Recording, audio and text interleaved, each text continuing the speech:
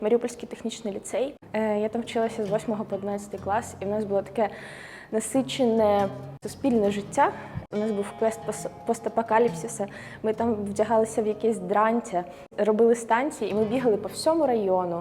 У нас були, це називалося світський бал. Всім було не впадло вчити вальси, вдягатися в костюми, хлопці брали смокінги. Я знайшла сукню, яку вважаю дуже дурацькою. Вона була така з бірюзового якогось атласа. Після того, як бал закінчується, перший, другий, третій курс ідуть відпочивати, а четвертий курс залишається. Ми ворожили, ми давали якісь обіцянки, ми передавали один одному свічку і кажемо, про що ми мріємо в тому дорослому житті, яке на нас чекає.